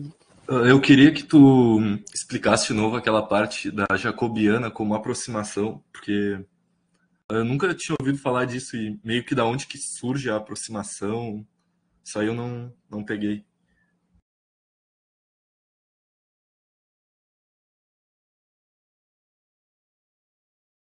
Tu tá mutado, Vinícius. Desculpa. Certo. Então, quando a gente fala de tomar derivada de qualquer coisa, a gente tem essa noção meio de fazer uma aproximação linear, né? Bom, como é que a gente sabe que ela é uma aproximação linear? Bom, tem toda uma teoria ali, quando a gente estuda análise, a gente faz todo um processo de mostrar que quando a gente toma a derivada, a gente está meio que achando justamente o objeto que faz essa transformação linear, e a gente consegue mostrar que o erro da aproximação é menor do que linear, então ela é a derivada é a melhor aproximação linear. E daí eu acho que para entender isso a fundo, assim, tem que meio que pegar um livro de análise e estudar isso, assim. Mas a ideia básica é que quando tu define derivada, tu está trabalhando com um limite que vai nesse parâmetro h, por exemplo, aqui nas derivadas direcionais e no vetor tangente, que ele tá indo em direção a zero e ele aparece sempre em ordem linear aqui. Então a derivada ela é definida de maneira que tu está olhando para a variação da função em ordem linear. Se tu pega uma derivada segunda, tu está olhando para uma variação da função em ordem quadrática. Uma derivada terceira em ordem cúbica. E quando a gente faz as séries de Taylor, isso é bastante notável, assim, né? Que a derivada primeira surge como coeficiente daquela componente que tem ordem linear, a derivada segunda como o coeficiente da componente que tem ordem quadrática. E a análise, na verdade, o cálculo diferencial, fundamentalmente, assim, se tu quer ter um grande resultado de cálculo diferencial, eu acho que é as séries de Taylor, porque elas te dizem como aproximar funções não lineares por pedacinhos que são todos lineares, mas que têm ordens diferentes. Então, quando tu trabalha com a jacobiana, tu pode interpretar ela como uma aproximação linear, porque tu pode escrever uma série de Taylor para esse campo vetorial U aqui, que tem uma componente que é constante, né? É o valor do vetor em outro ponto. Uma componente que tem ordem, que tem erro linear, né? Que contribui em ordem linear, então ela contribui com a diferença, então, desses pontos aqui em ordem linear. Tu vai ter uma outra componente, que daí vai ser um tensor de ordem superior, que vai ser quadrático na diferença entre esses dois pontos. E assim por diante. Tu pode fazer uma série de aproximações, assim, e isso vai te dar as noções de derivadas de ordem superior. No caso, se tu quisesse fazer o equivalente de uma derivada segunda para jacobiana, tu teria que tomar mais uma derivada parcial aqui, tu ganharia um tensor com 3 índices. E esses 3 índices permitiriam contrair, então, um índice de uma componente desse vetor de diferença e com outro índice de outro vetor de diferença. Então, ele te daria uma contribuição quadrática. E tu pode fazer isso para a ordem que tu quiser. E por que a jacobiana é linear? Bom, ela é linear porque a derivada justamente captura informação sobre as variações lineares em ordem linear ao redor da função. E especialmente é legal ver a prova de que a jacobiana e de que as derivadas no geral tem erro de ordem menor do que linear na hora de fazer aproximações. Isso aparece quando a gente estuda a série de Taylor e coisas assim. Porque isso está te dizendo que qualquer outra aproximação linear que tu faça, por exemplo, no caso clássico assim, de cálculo no R1, a gente interpreta geometricamente a derivada como a inclinação da reta tangente, né? Então, tu está aproximando o gráfico da função, que é uma coisa não linear, por um objeto que é linear, que é essa reta. E a inclinação da reta está te dizendo qual reta que tu escolhe para fazer essa aproximação.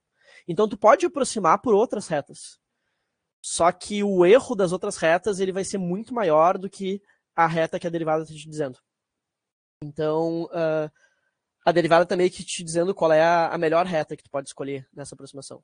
A jacobiana faz a mesma coisa, só que quando a gente fala de transformações de campos vetoriais, a gente tem que lidar com objetos de dimensões superiores do que uma reta. Assim. Então, por exemplo, se a gente fala de olhar para o gráfico de uma superfície e a gente quer achar uma aproximação geométrica ao redor de um ponto, a gente escolhe qual é o melhor plano que aproxima aquela superfície, ou seja, a gente escolhe qual é o plano tangente. Da mesma maneira, se a gente tem uma curva, a gente tem essa noção desse vetor tangente, que é o vetor, a direção que melhor aproxima a curva. Só que para objetos que têm mais dimensões e que às vezes tem para campos vetoriais, por exemplo, que tem essa coisa de que a imagem não tem mais do que uma dimensão, assim, essas coisas não já são mais difíceis de entender intuitivamente. Assim.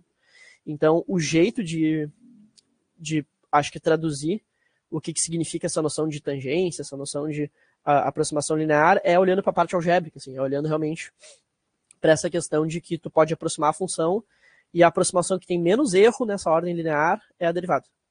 E se tu quer menos erro ainda, em ordens maiores, cúbicas, quadráticas, aí tu tem que tomar sucessivas derivadas. Agora, exatamente por que a definição da derivada funciona para isso, aí tu tem que fazer análise, aí tu tem que ver os teoremas, tu tem que ver que as definições são meio que o único jeito de chegar nesse resultado. Assim. Não, certo, esclareceu bastante aí, valeu. Que bom, que bom. É um pouquinho difícil, assim, mas eu acho que eu quero deixar bem claro, assim, se vocês têm que ter uma noção de que quer derivar alguma coisa, de que quer tomar uma derivada, é fazer uma aproximação linear. No contexto de análise, assim, pelo menos.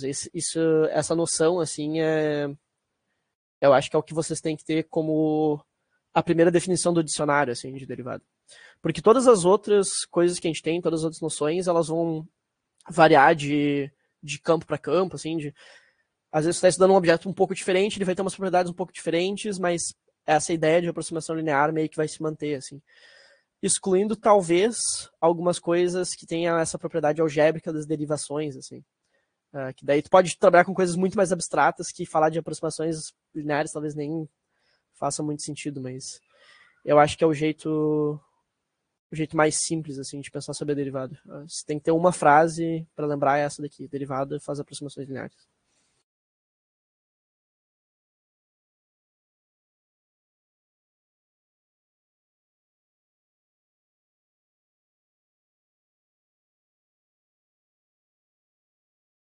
Mais alguma pergunta? Algum comentário?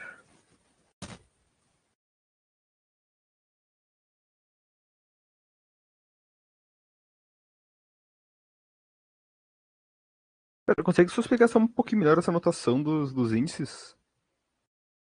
Claro, posso falar um pouquinho mais sobre ela. Eu acho que dá para voltar aqui, né, que foi onde eu introduzi a notação de índices, né.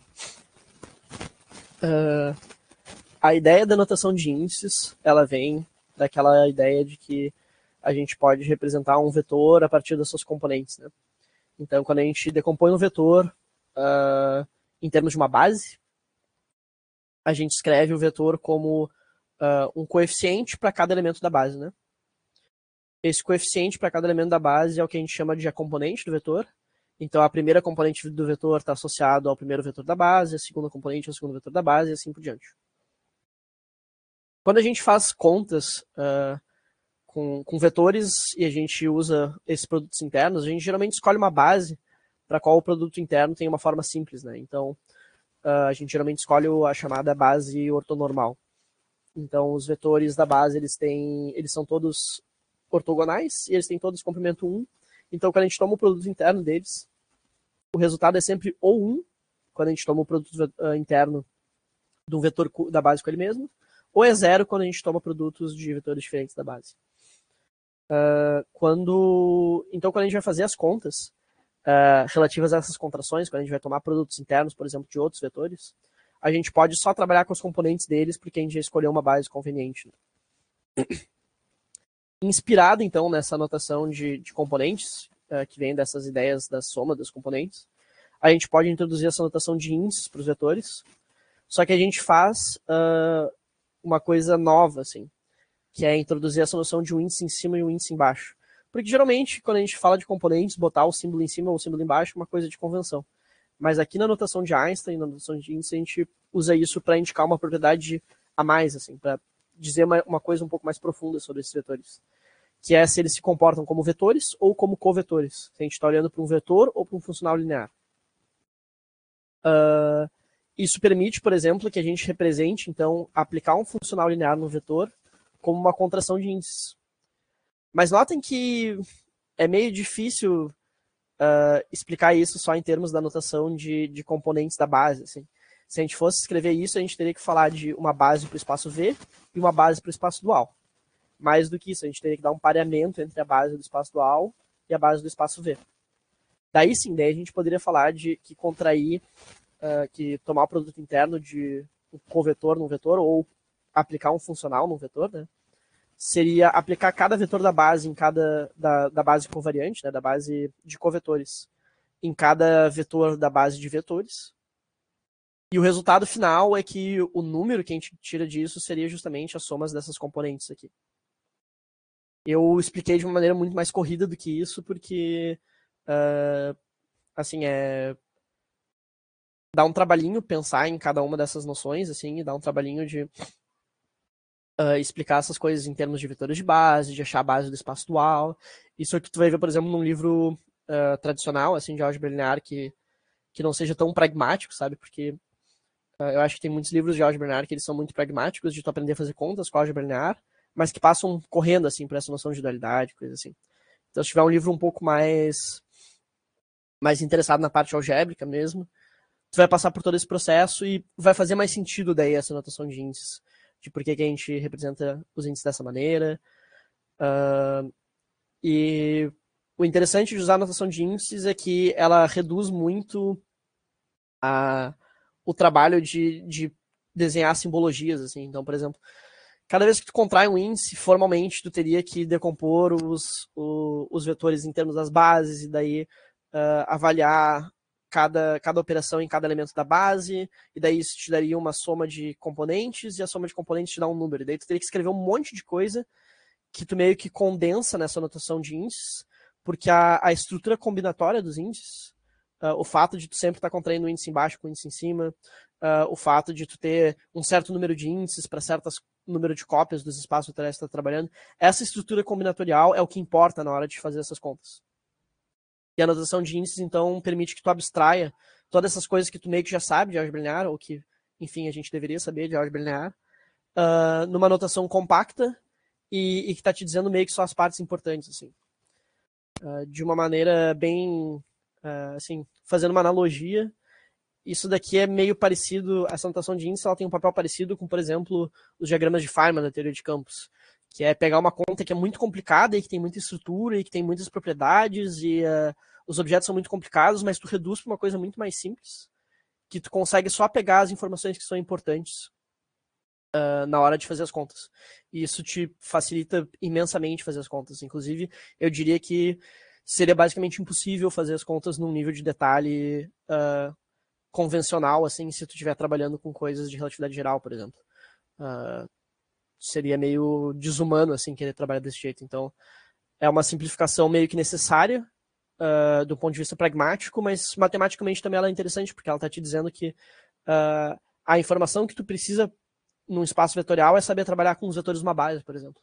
Tu não precisa saber trabalhar com a infinidade de vetores, tu precisa só de um conjunto pequeno de vetores que te dá toda a informação. E os índices, eles estão meio que codificando isso, assim. Ficou um pouco mais claro? Ficou sim. Valeu.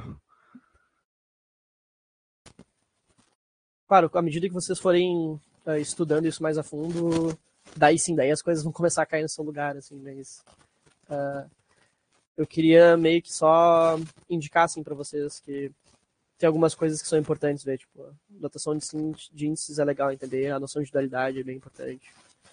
Então, assim, vocês não precisam perder muito tempo estudando alguns teoremas muito peculiares de certos assuntos, mas talvez os de dualidade seja legal dar uma olhada.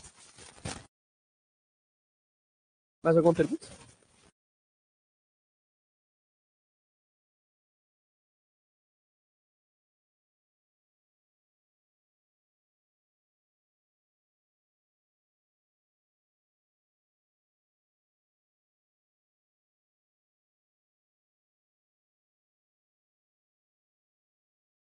Bom, se ninguém mais quiser comentar nada, eu acho que a gente pode encerrar por aqui, porque foi bastante tempo que eu falando.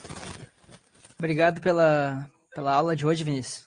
Então, Nada, espero que tenham gostado, espero que tenha dado para entender alguma coisa e qualquer coisa entre em contato comigo. Eu vou deixar meu e-mail aqui no chat. E ali vocês podem mandar perguntas, pedidos de bibliografias, etc. beleza. Pessoal, eu botei o link da chamada ali no chat. É importante que todo mundo preencha. E amanhã a gente vai ter às 2h da tarde a palestra com o Vinícius de novo, né, sobre gravitação quântica. E às 4h com a professora Carolina Brito sobre mudanças climáticas. Então, quem quiser participar amanhã também, é o mesmo link. Então, todos são convidados. Então, eu vou... eu esqueci de agradecer vocês da organização da Semana Acadêmica, porque eu sei que é uma coisa que dá bastante trabalho e eu agradeço bastante o convite. Assim, é uma honra poder falar sobre um assunto que eu acho super importante e que eu sinto que a gente fala muito pouco aqui no Instituto de Física. Então, obrigado. Bom, eu vou encerrar a gravação aqui então. E aí já vou encerrar a chamada então.